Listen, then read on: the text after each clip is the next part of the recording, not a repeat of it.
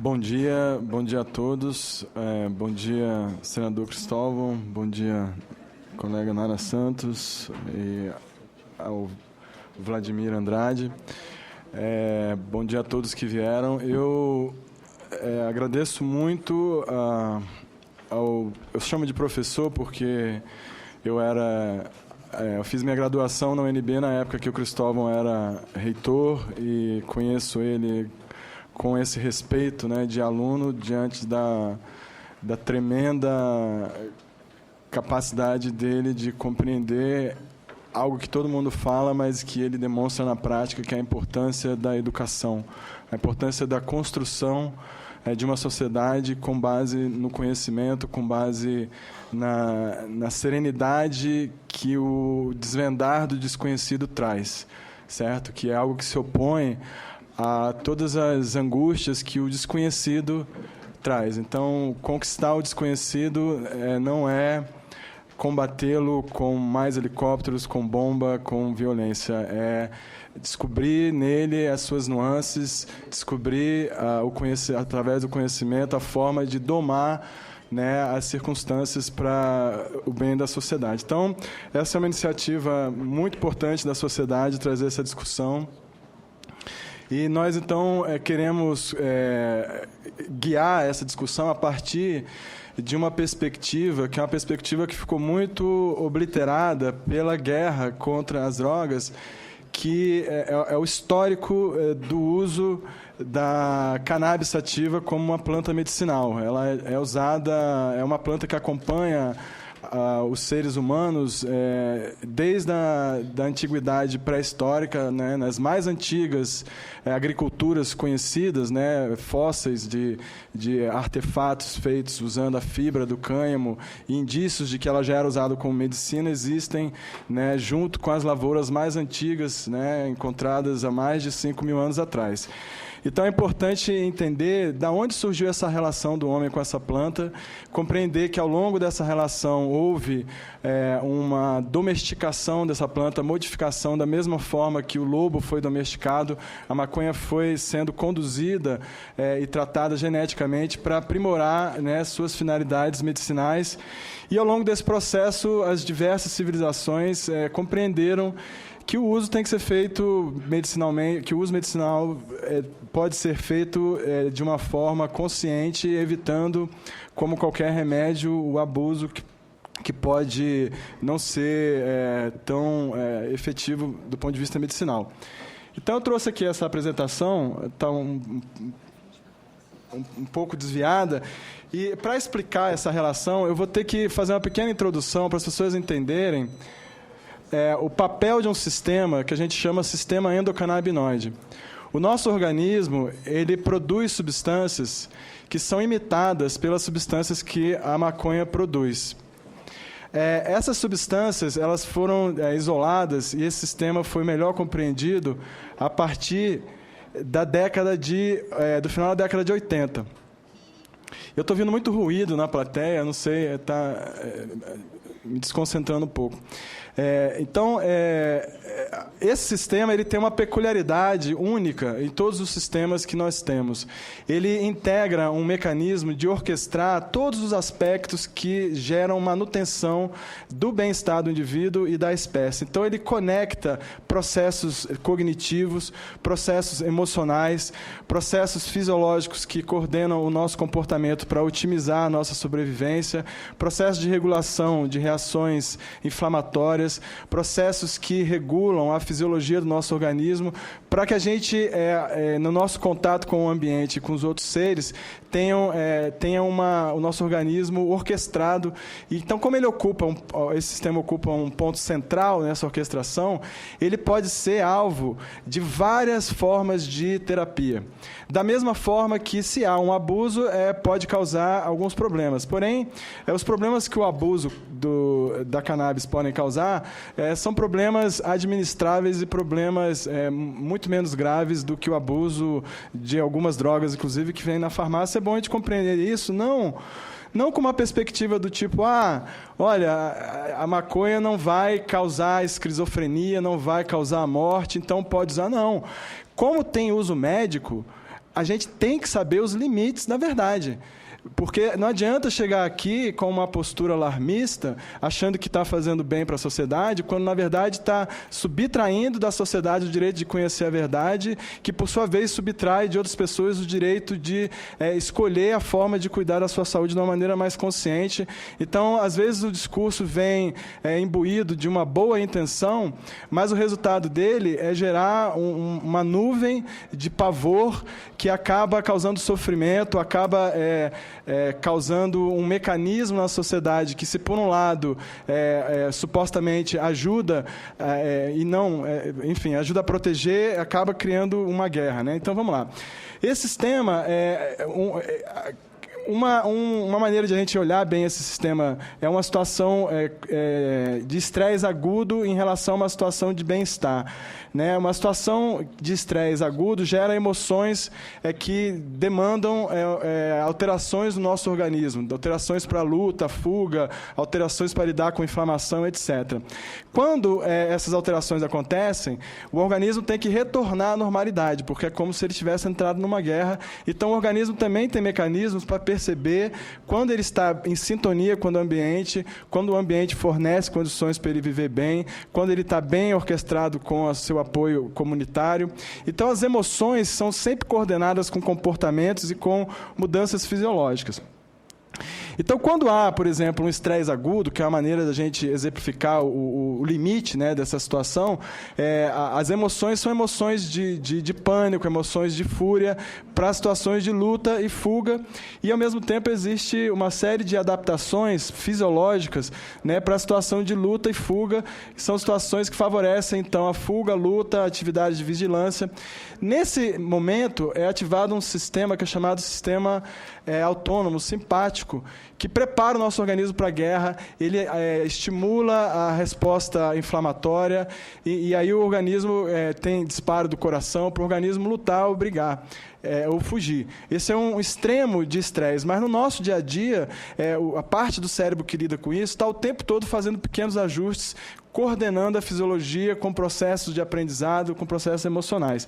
Quando há um estresse agudo, existe a liberação de um hormônio que ele serve para, eventualmente, reverter de volta à normalidade. No meu trabalho, na época eu estava nos Estados Unidos, numa universidade chamada Tulane University, nós descobrimos que esses hormônios que revertem para a normalidade, que são o cortisol no homem, eles causam a produção de endocannabinoides no cérebro. Endocannabinoides são as substâncias que a planta emita. E essa produção faz desligar esse sistema de guerra e faz regular os hormônios de maneira que o organismo possa agora passar para a fase de recuperação. Essa fase de recuperação implica, então, em normalização dos processos fisiológicos, diminuição da dor, diminuição do estresse psíquico, aumento de capacidade de redescobrir informações cognitivamente, aumento da capacidade de união, né, social, que é muito importante, né, para um grupo de animais que vivem na coletividade. Então, esses endocannabinoides, eles são as substâncias que a planta maconha, a planta cannabis sativa, ela imita. Ela tem várias substâncias que imitam e atuam direto ou indiretamente de forma diferente. Cada uma dessas substâncias atua de maneira sutilmente diferente em relação uma à outra. E aí, o que acontece é que, ao longo do processo da relação do homem com essa planta, foram desenvolvidas várias linhagens com diferenças, né, de componentes, e esses diferentes componentes se servem a várias funções terapêuticas, porque o sistema sobre o qual eles atuam é um sistema que tem essa amplitude de aplicações. Tá bom. Enquanto está reiniciando, então, se puder, depois a gente alcançar um pouco o tempo, mas eu vou me adiantar onde eu puder. Eu estou trazendo, na sequência de slides, aí, uma imagem de um artigo que foi publicado em 1843, numa revista, num periódico científico, que era um periódico britânico. E nele está a primeira divulgação formal, né, do mundo ocidental sobre as propriedades médicas da cannabis. No caso, era um médico irlandês que estava vivendo na Índia, e ele percebeu o uso da cannabis índica para várias funções, para vários tratamentos que na Europa eles não tinham ainda tratamento. Por exemplo, para tratar sintomas da cólera, tratar os espasmos do tétano e tratar convulsões. E uma coisa que me chamou muita atenção nesse artigo, que é de 1843, é que um dos casos que ele relata é o caso de uma menina que chegou até ele com 40 dias de idade. Essa menina estava sofrendo, começou a sofrer crises progressivas de convulsão, e eles tentavam os diversos tratamentos que tinham na época, sobretudo opiáceos, e a menina só piorava, chegando próxima da morte. Chegou uma situação em que ela tinha uma convulsão seguida da outra, e aí então ele conversou com os pais, disse que tinha testemunhado o uso, né, dos locais, e que ele tinha feito então uma solução a partir de álcool, extraiu o óleo dessa planta cannabis índica com álcool e queria experimentar na criança. E logo na primeira noite eles tiveram um efeito extraordinário. Eles deram uma gota, não deu certo, depois deram 2 gotas, não deu certo, deu 3, e finalmente cessou as convulsões da menina, e eventualmente eles foram ajustando a dose, e em termos de 3 meses, a menina simplesmente parou de ter convulsões, ela estava próxima de morrer, e acabou as convulsões dela. Esse caso, ao que tudo indica, é muito parecido com uma síndrome chamada síndrome de CDKL5, que é um caso que ganhou notoriedade aqui no Brasil por causa da Anne Fischer, uma menina aqui de Brasília, filha da Catiele, que passou pela mesma situação. Vejam vocês, em 1843 já se conhecia um tratamento que, se não fosse por causa da proibição, quando a gente fala proibição, a gente fala que qualquer uso está vetado de uma maneira belicosa, beligerante.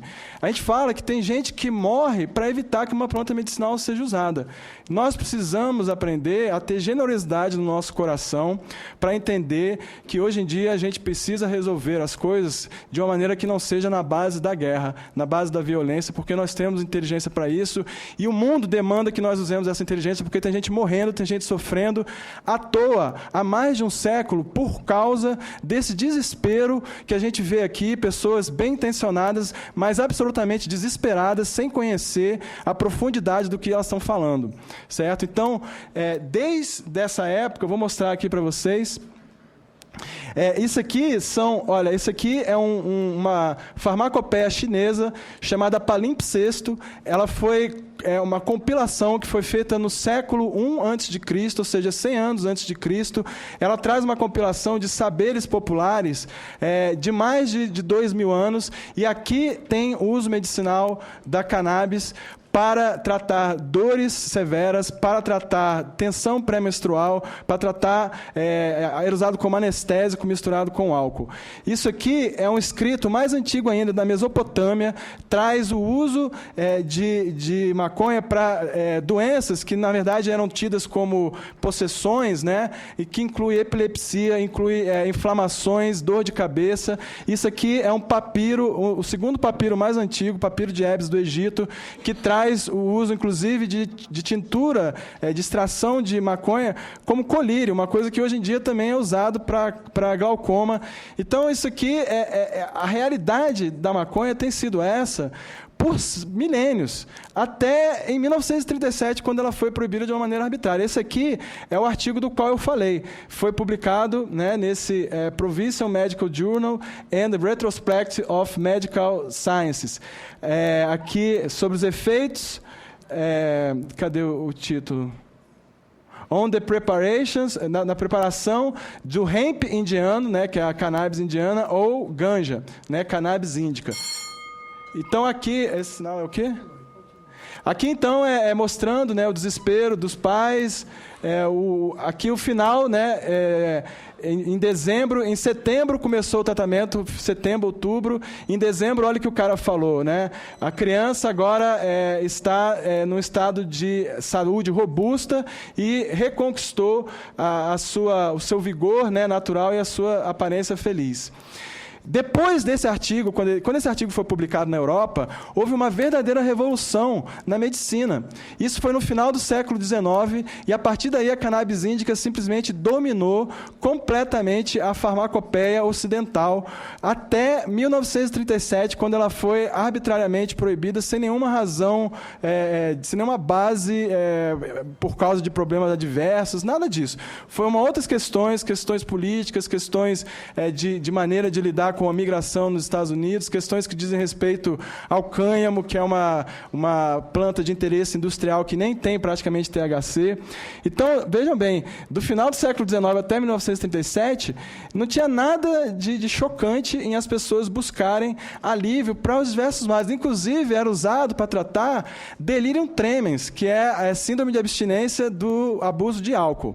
Mas também epilepsia, dores severas, dores nevrágicas, que são dores onde pessoas praticamente, muitas se matam porque não têm outros anestésicos, encefalese dos diversos tipos, dor de dente e assim por diante. Aqui, então, é para mostrar, né, o contraste, né, da situação por causa da proibição. O resultado foi muitas mortes, muitas pessoas morreram, muitas pessoas tiveram os filhos definhando nos seus braços até a morte. Raríssimas são as crianças que têm a oportunidade de sobreviver, como as crianças que tiveram acesso ao uso do óleo de cannabis com síndrome de Dravet, por causa da gravidade do tratamento, severidade da doença que ela tem.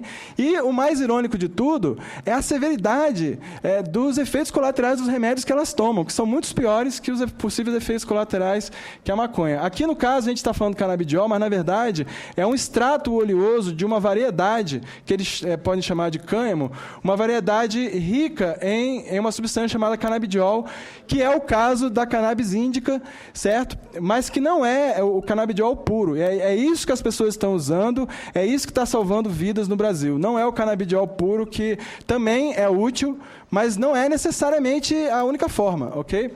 Inclusive porque a quantidade de outras substâncias que tem aqui é tão pequena que pode até, na verdade, contribuir para os efeitos positivos. Aqui, para vocês terem ideia, eu estou colocando aqui 6 componentes da maconha diferentes que atuam direta ou indiretamente no sistema endocannabinoide, gerando funções farmacológicas, né? Tem como ajustar isso aqui? É só chegar para o lado ou é defeito na lente mesmo? Ok, olha, aqui eu estou falando do THC, do delta-8 de THC, do canabigerol, do canabidiol, do canabinol e da canabivarina. Aqui são os efeitos.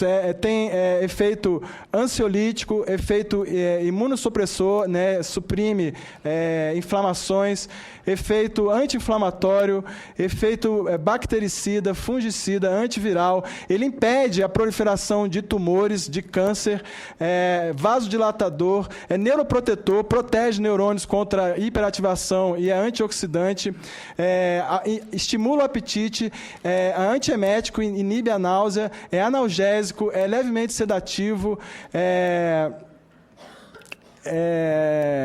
diminui a pressão intraocular, é antipirético, diminui a febre, é antiespasmódico, diminui espasmos musculares e cólica. Enfim, é uma pena que esteja aqui, mas vocês estão vendo que... Gente, estou achando muito barulhenta a plateia, por favor, tá me desconcentrando. Então, aqui nós temos uma indicação comprovada cientificamente dos efeitos medicinais da maconha que estão em pleno acordo com o uso milenar dessa planta. Hoje em dia, vários países, a gente não está falando de uma coisa de outro planeta, nem de uma coisa nova, né? Os países mais avançados no uso medicinal da maconha, o que puxou a história foi Israel, porque a proibição impediu o avanço científico nos Estados Unidos, mas em Israel eles não se bloquearam com isso, e houve um grande avanço no uso medicinal lá, e puxou todos esses países, hoje em dia, têm sistemas regulamentares de uso medicinal. Aqui é um lugar onde as pessoas compram vários produtos à base de cannabis nos Estados Unidos para se tratar medicinalmente. Eles têm uma carteira, né, para tratar. Eu vou falar dos efeitos das contraindicações antes, depois falar para que são vendidos atualmente.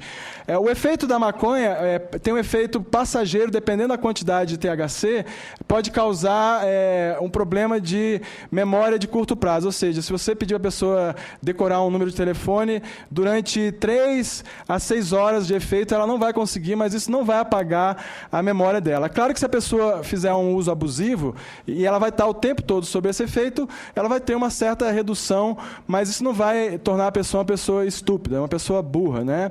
Tem muitas pessoas que conseguem viver com essa circunstância, e é importante dizer isso não para estimular o uso, sobretudo entre jovens que podem se desmotivar, mas para a gente ter clareza dos limites adequados para entender, para não impedir que se faça um uso medicinal e para não matar pessoas, para impedir algo que pode ser impedido com a educação sem necessidade de mortes. A dependência psicológica pode ocorrer em 9% dos usuários. A maioria das pessoas não desenvolve uso problemático, e esses 9% são 9% tratáveis, certo? É contraindicado para pessoas que têm alguma doença psicótica em andamento, tem tendência familiar, mas é contraindicado se a cepa tem muito THC e pouco canabidiol. Porque se tiver, porque o canabidiol ele é bom para quem tem psicose, porque ele inibe a psicose, certo? Jovens em crescimentos e gestantes não devem usar. Os jovens em crescimentos não devem usar, sobretudo, por causa do efeito hedonístico da maconha, que vai seduzir eles e talvez desmotivá-los a outras atividades. Mas não quer dizer que vai torná-los burros, psicóticos, nada disso. É importante dizer isso porque há como usar de forma racional, né, mesmo em adolescentes para uso médico. Isso aqui é uma patente, registro de patente do ano passado, com o uso de óleo inteiro de cannabis para impedir o espalhamento de câncer de próstata, câncer de seios e câncer de cólon. Então, o óleo de cannabis, ele não só impede a dor, a náusea e o sofrimento psíquico de quem está com câncer, mas inibe a formação de metástase. Isso aqui é uma patente, certo? Uma patente registrando esse uso.